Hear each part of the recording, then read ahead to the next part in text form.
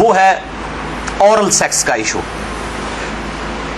جس کی مختلف شکلیں جو ہیں وہ معاشرے کے اندر رائج ہیں، کچھ صحیح ہیں کچھ غلط ہیں۔ اس میں بنیادی اصول آپ سمجھ لیجئے، اور وہ ہے سورۃ البقرہ کی آیت نمبر 187، اعوذ باللہ من الشیطان الرجیم، بسم اللہ الرحمن الرحیم، احل لکم لیلۃ الصیام الرفث الی نسائکم، حلال کر دیا ہے اللہ نے رمضان کی راتوں میں بھی تمہارا اپنی بیویوں کے ساتھ ازدواجی تعلق قائم کرنا۔ ہن لباس لکم، تمہاری بیویاں تمہارا لباس ہیں، وانتم لباس لہن، اور تم اپنی بیویوں کا لباس۔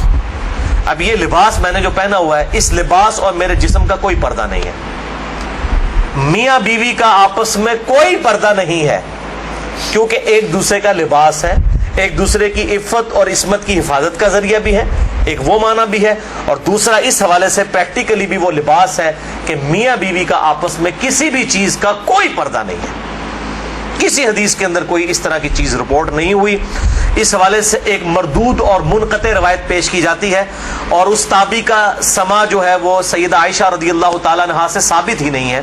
سنن ابن ماجہ میں حدیث ہے 1922، مشکات میں 3123 ہے، لیکن مردود روایت ہے، منقطع ہے، کہ اما عائشہ رضی اللہ تعالیٰ عنہا کا بیان ہے کہ میں نے نبی صلی اللہ علیہ وسلم کی شرمگاہ کبھی نہیں دیکھی، لیکن یہ روایت ہی ضعیف ہے، جس کی بنیاد کے اوپر لوگوں نے اورل سیکس کے حوالے سے عجیب و غریب فتوے دیے اور کہا کہ جی میاں بیوی ایک دوسرے کی شرمگاہ کو نہیں دیکھ سکتے، یعنی وہ کہتے ہیں دیکھ ہی نہیں سکتے، اگلی بات تو آپ چھوڑ ہی دیں۔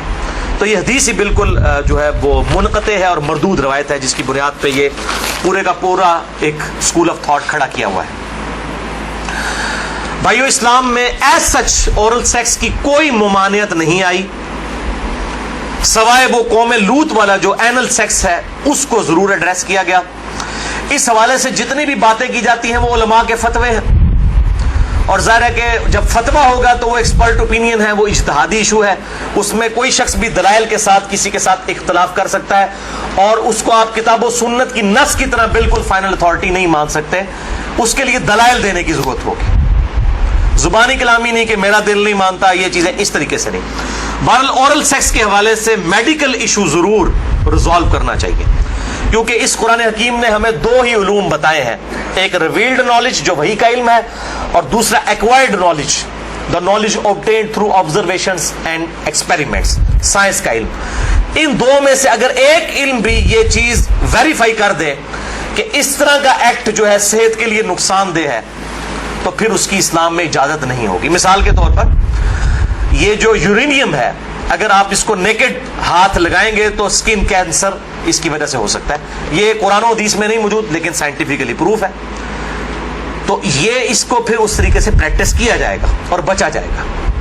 اس حوالے سے میں نے گفتگو بھی کر دی ہے، مسئلہ نمبر 39، علم وحی اور علم سائنس کی اہمیت اور ان کا دائرہ کار، اہل سنت پاک.com پہ۔ بہرحال میں نے اشارتاً اب گفتگو کر دی ہے، عقل مند کے لیے اشارہ کافی ہے، اس میں مزید ڈیٹیل میں جانے کی ضرورت نہیں ہے۔ البتہ آخر میں سیکس کے اعتبار سے دو بڑے کریٹیکل ایشوز ہیں، ان کو ایڈریس کر دوں۔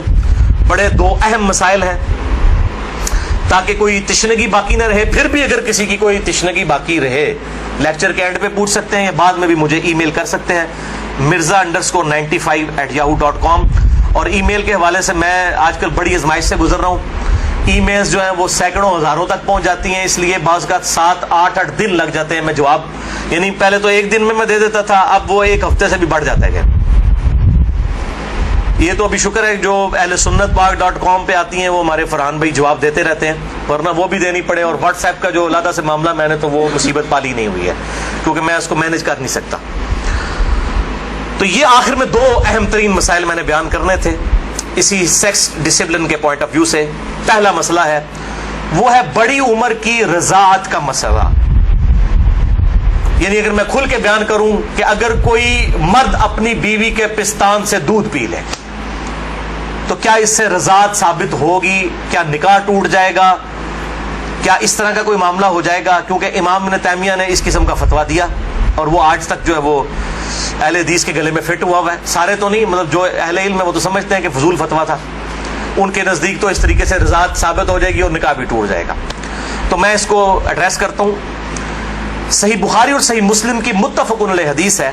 بخاری میں 5099 5099، مسلم میں 3568 3568، اور مشکات میں بھی ہے انٹرنیشنل نمبر کے مطابق 3161، کہ آپ صلی اللہ علیہ وسلم نے ارشاد فرمایا کہ جو رشتے دودھ کی وجہ سے، جو رشتے جو ہے وہ نسب کی وجہ سے حرام ہوتے ہیں، وہی رشتے دودھ پینے کی وجہ سے بھی حرام ہو جاتے ہیں.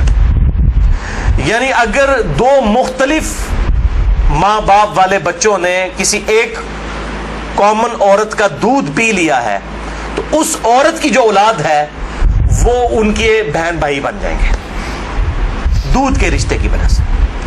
تو جس طریقے سے نسب جو ہے وہ حرمت والا رشتہ بنا دیتا ہے، اسی طریقے سے رضاعت کا رشتہ دودھ پینے کی وجہ سے بھی اسٹیبلش ہوتا ہے، اور وہ ایک دو بار دودھ پینے سے نہیں. وہ صحیح مسلم میں 3597 نمبر حدیث ہے، مشکات میں 3167 3167، کہ کم از کم 5 مرتبہ اگر کوئی عورت دودھ پلا دے کسی بچے کو تو پھر وہ بچہ جو ہے اس عورت کی جو ڈائریکٹ اپنی اولاد ہے اس کا وہ بہن بھائی بن جائے گا 5 دفعہ کم از کم.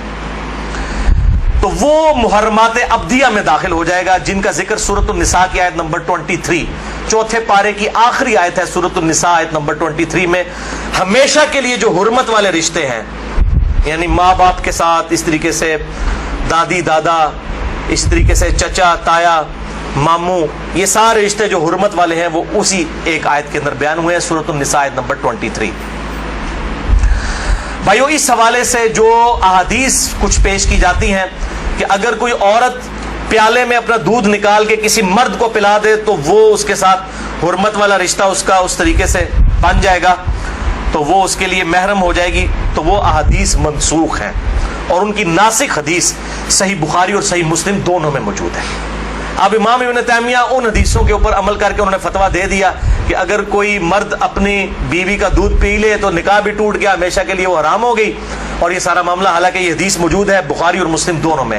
صحیح بخاری میں انٹرنیشنل نمبر کے مطابق 5102، صحیح مسلم میں 3606، اور مشکات میں 3168 3168، کہ نبی صلی اللہ علیہ وسلم نے ارشاد فرمایا الرضاعۃ من المجاعہ، کہ جو رضاعت کا رشتہ ہے یہ بھوک کی عمر تک ہے. جب بچہ بھوک کی عمر میں دودھ مانگتا ہے، یعنی زبان سے نہیں وہ مانگ سکتا، بھوک کی عمر تک رضاعت کا رشتہ رہتا ہے. اور وہ قرآن حکیم میں 2 سال بتائی گئی ہے دودھ چھڑانے کی عمر. تو آپ صلی اللہ علیہ وسلم نے کلیئر کٹ فرما دیا کہ جو دودھ چھڑانے کی عمر ہے اس دوران اگر کوئی بچہ دودھ پی لے، اور وہ بھی صحیح مسلم کی حدیث کے تحت 5 مرتبہ، تو تب رضاعت کا رشتہ، دودھ کا رشتہ اسٹیبلش ہوگا، ورنہ نہیں ہوگا. تو اب جو بڑا مرد ہے وہ تو 2 سال کا تو نہیں ہے. تو اس میں ظاہر ہے کہ بالکل امپلائڈ ہے کہ اگر کوئی اس طرح کا معاملہ کر لیتا ہے تو نہ رضاعت قائم ہوگی اور نہ میاں بیوی کا آپس میں کوئی نکاح ٹوٹنے والا معاملہ ہوگا. دوسرا اہم مسئلہ آج کا آخری وہ ہے میرے بھائیوں عزل کا ایشو، یا ماڈرن لینگویج میں کنڈوم کا استعمال. عزل عربی میں کہتے ہیں الگ ہو جانے کو، یعنی جب میاں بیوی ازدواجی تعلق قائم کریں، ڈسچارج کے وقت وہ الگ ہو جائیں، اس کو کہتے ہیں عزل. اور اسی کی ماڈرن فارم جو ہے وہ کنڈوم ہے. فیملی پلاننگ کے پوائنٹ آف ویو سے بھی استعمال کرتے ہیں. اس میں کوئی شک نہیں ہے کہ مفلسی کے ڈر سے فیملی پلاننگ کرنا اسلام میں قرآن حکیم کی آیات کی روشنی میں اس کی کوئی گنجائش موجود نہیں ہے، قطعاً حرام ہے. لیکن اگر عورت کی صحت کا ایشو ہو یا اولاد کی تربیت کے پوائنٹ آف ویو سے کسی کے لیے کوئی ریسٹرکشن ہو، وہ معاملہ الگ ہے، اس کے اوپر وہ والا فتویٰ نہیں لگے گا. اور اس کے ثبوت میں 3 حدیثیں پیش کروں گا، تینوں صحیح بخاری اور صحیح مسلم سے. لیکن اس میں یاد رکھیں کہ جو لوگ اس حوالے سے مرد اپنی نس بندی کروا لیتے ہیں، یعنی سیکچولی ڈسیبل ہو جاتے ہیں ہمیشہ کے لیے، جان بوجھ کے میڈیکلی کروا لیتے ہیں، یا عورتیں اپنی یوٹرس نکلوا دیتی ہیں، اگر کوئی بیماری یا کینسر والا ایشو نہ ہو وہ الگ بات ہے کہ جی تاکہ جی ہمیشہ کے لیے معاملہ اسٹیبلش ہو جائے، یہ قطعاً حرام ہے اور بدعت کبریٰ ہے. یہ اللہ کی شریعت کو بدلنا ہے، اللہ کی تخلیق کو بدلنا ہے. سورۃ النساء نمبر 119 کے تحت یہ قطعاً حرام اور شیطانی فعل ہے. کوئی مرد جو ہے اپنے آپ کو خصی کروا لے، یا کوئی عورت اپنی یوٹرس اور ہم جو ہے وہ حمل کا جو ذریعہ ہے اس کا رحم اس کو نکلوا دے. البتہ عزل جو ہے اس کی اجازت ہے. اس کانٹیکسٹ میں 3 حدیثیں ہیں, تینوں بخاری اور مسلم سے. پہلی حدیث صحیح بخاری میں 5208, مسلم میں 3561 اور مشکات میں 3184 ہے کہ جابر بن عبداللہ کہتے ہیں رضی اللہ تعالیٰ عنہ کہ قرآن حکیم نازل ہو رہا تھا اور ہم اپنی بیویوں کے ساتھ عزل کیا کرتے تھے. اللہ تعالیٰ نے قرآن حکیم میں اسے منع نہیں فرمایا, اور جب نبی صلی اللہ علیہ وسلم کو ہمارے بارے میں خبر پہنچی کہ ہم عزل کرتے ہیں, یعنی بیویوں کے ساتھ جب صحبت کرتے ہیں تو ڈسچارج کے وقت الگ ہو جاتے ہیں تاکہ اولاد نہ ہو, تو نبی صلی اللہ علیہ وسلم نے بھی ہمیں منع نہیں فرمایا. نبی پہ تو واجب ہوتا ہے منع کرنا. اور یہ جابر بن عبداللہ وہ ہیں جو 74 ہجری میں فوت ہوئے ہیں. آپ صلی اللہ علیہ وسلم کے بعد بھی 62 ایئرز تک, 62 سال تک زندہ رہے ہیں, اور بخاری اور مسلم کی کئی احادیث کے راوی ہیں, اور 7 سب سے زیادہ 7 احادیث روایت کرنے والے صحابہ میں سے یہ ایک ہے, جابر بن عبداللہ انصاری رضی اللہ تعالی عنہ وعلیہ السلام. تو وہ کلیئر کٹ کہہ رہے ہیں نہ قرآن میں اس کی حرمت آئی, نہ نبی صلی اللہ علیہ وسلم نے ہمیں عزل کرنے سے منع کیا. دوسری حدیث بھی بخاری اور مسلم کی متفق علیہ حدیث ہے. بخاری میں 4138, مسلم میں 3544, مشکات میں بھی موجود ہے 3186 کہ صحابہ کہتے ہیں کہ ہم اپنی لونڈیوں کے ساتھ صحبت کیا کرتے تھے اور پھر ہم عزل کر لیا کرتے تھے. تو ہم نے نبی صلی اللہ علیہ وسلم سے عرض کیا کہ ہم اس طریقے سے عزل کرتے ہیں, الگ ہو جاتے ہیں, ہم نہیں چاہتے کہ ہماری لونڈیوں سے اولاد ہو. تو آپ صلی اللہ علیہ وسلم نے فرمایا کہ کیا حرج ہے کہ اگر تم اپنی بیویوں کے ساتھ عزل نہ کرو, کیونکہ جس جان نے دنیا میں آنا ہے قیامت تک کے لیے وہ تو آ کر رہے گی. لیکن آپ نے منع نہیں فرمایا, آپ نے فرمایا جتنے مرضی ہیلے بازی کر لو, جتنے معاملات مرضی کر لو, جس جان نے دنیا میں آنا ہے اس نے آنا ہے. اور وہی اگلی حدیث ہے تیسری صحیح مسلم میں 3556, مشکات میں 3885. ایک صحابی نے عرض کیا کہ ہمیں یہ چیز ناپسند ہے کہ ہماری لونڈیوں سے اولاد ہو. تو آپ صلی اللہ علیہ وسلم نے فرمایا کہ پھر تم اپنی لونڈیوں کے ساتھ عزل کر لیا کرو. اس حدیث میں ہے کہ آپ نے خود کہہ دیا کہ کر لیا کرو اگر تم چاہو. پھر آپ نے ساتھ ہی فرمایا لیکن جو جان مقدر ہے دنیا میں آنا وہ آ کر رہے گی. یہی ہوتا ہے, وہ جناب وقفے کرتے رہتے ہیں, اکٹھے ہی 3 بچے ہو جاتے ہیں, پھر سارے کے ساتھ وہ کہتے ہیں پتہ ہی نہیں چلا. پتہ تو نہیں چلے گا, ظاہر ہے یہ معاملات تو اللہ کے ہیں.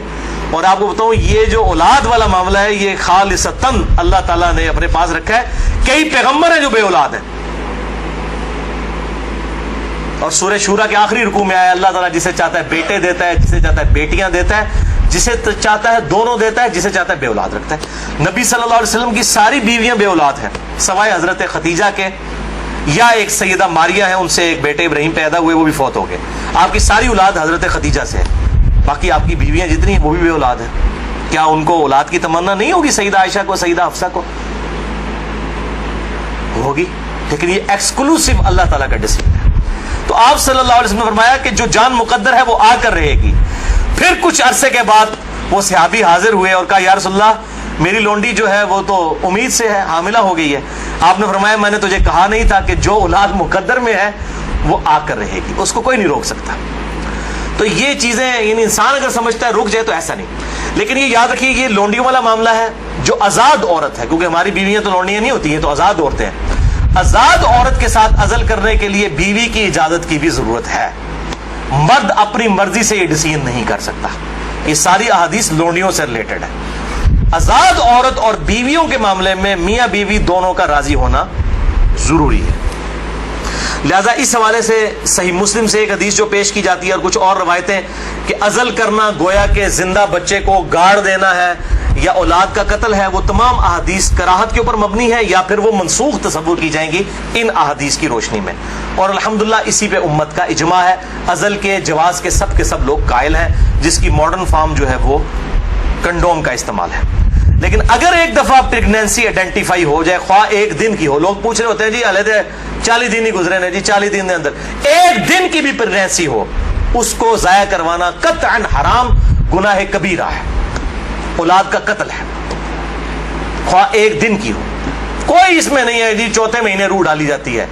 بھائی چوتھے مہینے روح ڈالی جاتی ہے تو اس سے پہلے کیا ہوتا ہے, بچہ بڑا تو ہو رہا ہوتا ہے. وہ روح کے ساتھ زندگی کا ایشو اور ہے, روح کے بغیر بھی ایک زندگی ہے, وہ ایشو اور ہے. وہ بھی تو بچہ جو ہے ایک ایمبریو سے ایک جو ہے وہ جنین سے معاملات بڑھتے بڑھتے آگے جاتے ہیں، تو وہ بھی ایک زندگی ہے، روح کے ساتھ ایک اور زندگی ہے، روح کے بغیر بھی زندگی اس کے اندر موجود ہے۔ اسی لیے اگر مردہ بچہ بھی پیدا ہو تو راجع قول جامعہ ترمذی اور ابو داؤد کی حدیث کے تحت یہی ہے کہ اس کا جنازہ بھی پڑھایا جائے گا۔ اور لوگ کہتے ہیں جی زندہ پیدا ہوگا تو پھر پڑھایا جائے گا، مردہ بھی پیدا ہو ماں کے پیٹ میں تو وہ زندہ ہی تھا نا، ایگزسٹ تو کرتا تھا، تو افضل قول یہی ہے کہ اس کا جنازہ پڑھا جائے گا۔ تو یہ میرے بھائیوں کچھ اس حوالے سے چیزیں تھیں جو میں نے بیان کر دی۔ البتہ اگر کسی عورت کی زندگی موت کی کشمکش بن جائے، اس صورت میں اگر وہ پریگنینسی کا بھی ضائع کروا دیتی ہے پھر اس پہ شرعی گرفت نہیں، لیکن زندگی موت کی کشمکش اس سے کم پہ نہیں، صحت کا معاملہ نہیں، بیوی کمزور ہے، یہ معاملہ نہیں، واقعی زندگی موت کی کشمکش بن جائے تو پھر وہ اسی طریقے سے جو سورۃ النحل کے اندر آیا کہ اس وقت تو اگر کوئی کلمہ کفر بھی کہہ دے اور دل میں ایمان ہو تو اللہ تعالیٰ گرفت نہیں فرمائے گا۔ اور اس حوالے سے ہمارے پڑوسی ملک انڈیا کے اندر آج سے کئی سال پہلے، تقریباً 15 سال پہلے کی رپورٹ ہے کہ روزانہ 3000 بچیاں ماں کے پیٹ کے اندر ہی پریگنینسی ان کی ضائع کر دی جاتی ہے جب یہ پتہ چلتا ہے کہ یہ بچیاں ہیں۔ یعنی قرآن اگر کہتا ہے نا بچیوں کو دفن کرنا یہ گناہ کبیرہ ہے، تو یہ گناہ آج تک چل رہا ہے۔ بیسک ہیومن انسٹنکٹ تو بدلی نہیں ہے نا۔ 3000، اسی وجہ سے انڈیا میں مردوں کی تعداد عورتوں سے زیادہ ہے۔ ویسے آپ حیران کن بات آپ کو بتاؤں، اس سال پاکستان کی رپورٹ بھی آئی ہے، پہلے پاکستان میں 52% عورتیں تھیں اور 48% مرد تھے، لیکن اب مردوں کی پرسنٹیج عورتوں سے پاکستان میں بھی بڑھ گئی ہے، اور اس کی مین ریزن ہی یہی ہے۔ یہ بہت بڑا گناہ ہے اور اللہ تعالیٰ پالنے والا ہے۔ 1901 کے اندر، یعنی جب 20ویں صدی کا آغاز ہوا، 1 ارب آبادی تھی، پھر اللہ تعالیٰ نے سائنس کی ترقی کرائی، انسان نے بیماریوں کا کنٹرول اس فزیکل فینومینا آف نیچر سے سیکھ لیا، اور اس وقت 1901 میں کہا جاتا تھا کہ 2001 کے اندر اگر دنیا کی آبادی ڈبل ہو گئی نا تو روٹی نہیں کوئی کسی کو ملے گی۔ اس وقت 1 ارب تھی 100 سال پہلے، یا آج سے 116 سال پہلے، تو 100 سال کے بعد 2 ارب آبادی نہیں ہوئی ہے، 3 ارب بھی نہیں ہوئی، 4 ارب بھی نہیں ہوئی، 5 ارب بھی نہیں، 6 ارب بھی نہیں، 7 ارب آبادی ہو چکی ہے، لیکن زمین نے اپنے خزانے اگل دیے۔ آپ جدھر جائیں، میں قسم سے منڈی سے گزرتا ہوں، اتنا فروٹ ہے ختم نہیں ہوتا۔ اس وقت موچی جوتیاں بناتے تھے، آج چائنا نے مشینوں کے اوپر اتنی جوتیاں بنا دی ہیں کہ دنیا میں 6 ارب انسان، اگر ہر انسان 10-10 جوڑے بھی خرید لینا وہ ختم نہیں ہوتے۔ تو سائنس نے ترقی کی ہے۔ جس زمین سے 40 من گندم نکلتی تھی آج 400 من نکل رہی ہے، 10 گنا زیادہ۔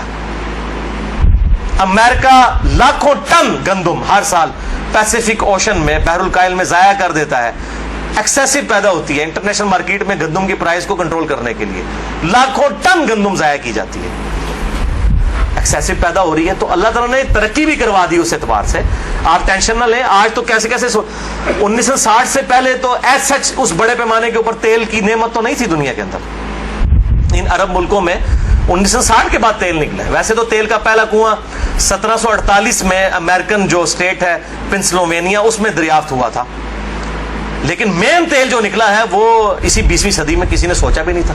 اور اب تو اس سے بھی بڑی انرجی کا سورس ہے، وہ سولر انرجی ہے۔ اب چائنا نے کام کرنا شروع کر دیا، آپ دیکھیں گے 10-15 سالوں کے اندر جو ہے وہ ہر بندے نے اپنا جو ہے نا بجلی کا سسٹم اپنے گھر کے اوپر لگایا ہوا ہوگا۔ اور یہ سورج والا جو جب تک سورج ہے اس وقت تک زندگی ہے، یہ تو نہ ختم ہونے والا جو ہے وہ سورس ہے،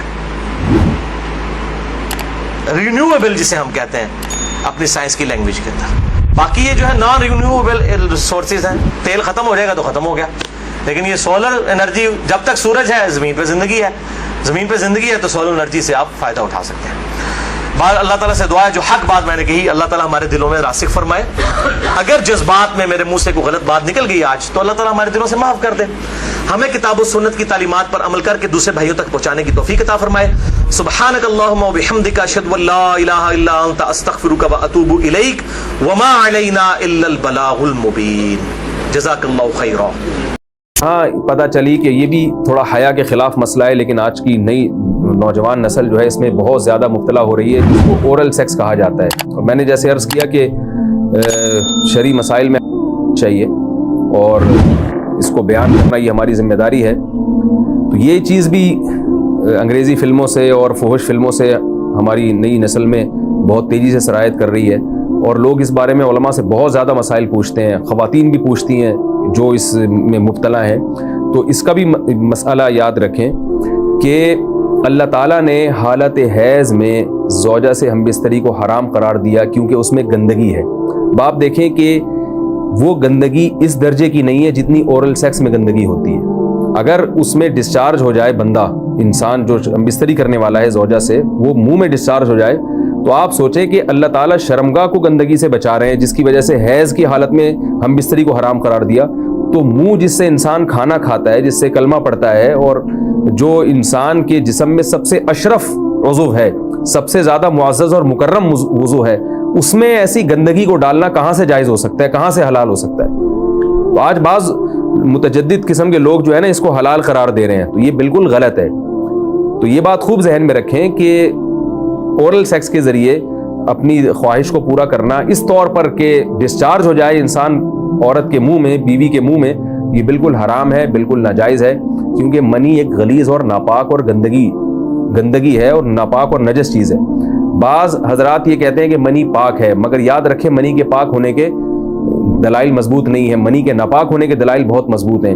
سب سے پہلی دلیل قرآن مجید میں آتا ہے الم نخلقکم من ماء مہین، ہم نے تمہیں غلیظ اور پلید پانی سے پیدا کیا، ذلیل پانی سے پیدا کیا ہے۔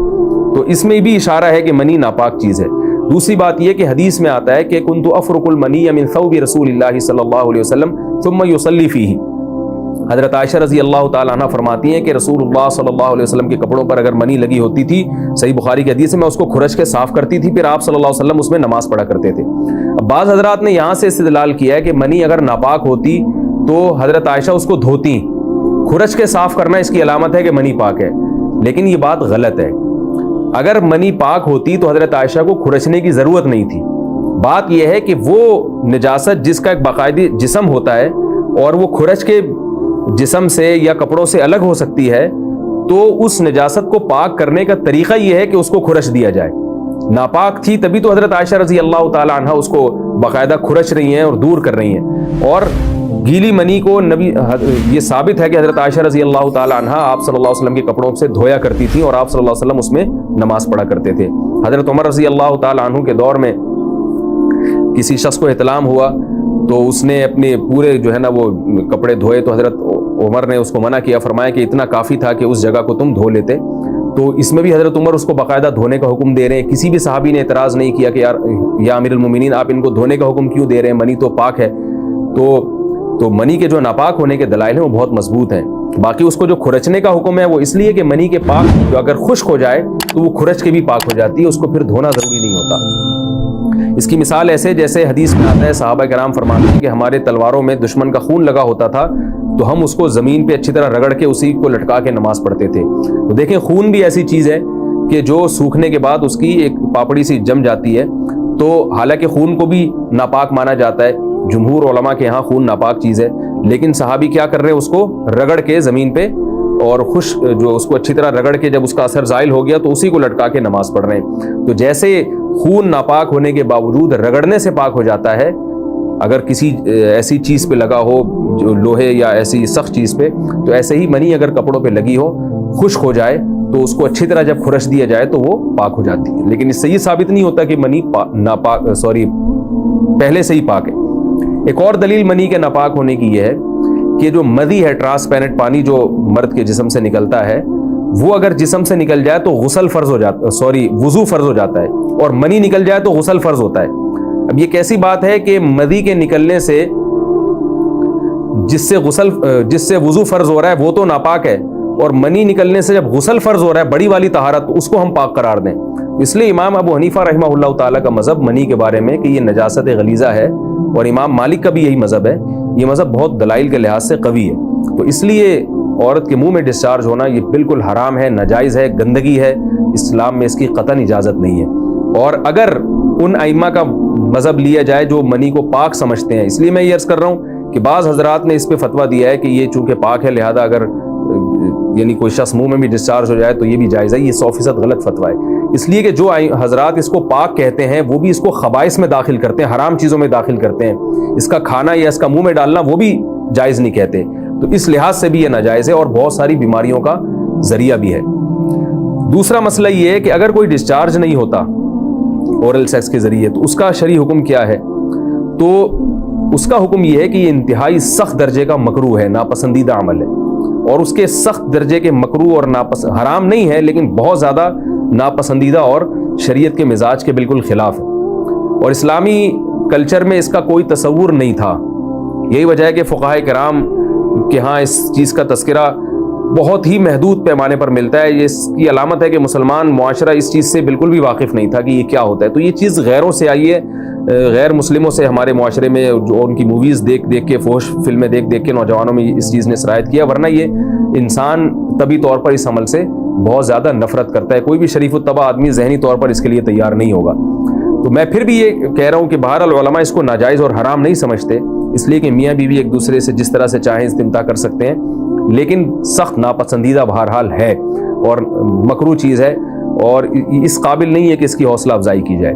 یہ اس کے بارے میں ہے کہ جب یعنی جو ہے وہ ادخال کیا جائے اس فم کے اندر, اس جو ہے مرد اس میں باقاعدہ جو ہے وہ تلذذ حاصل کرے.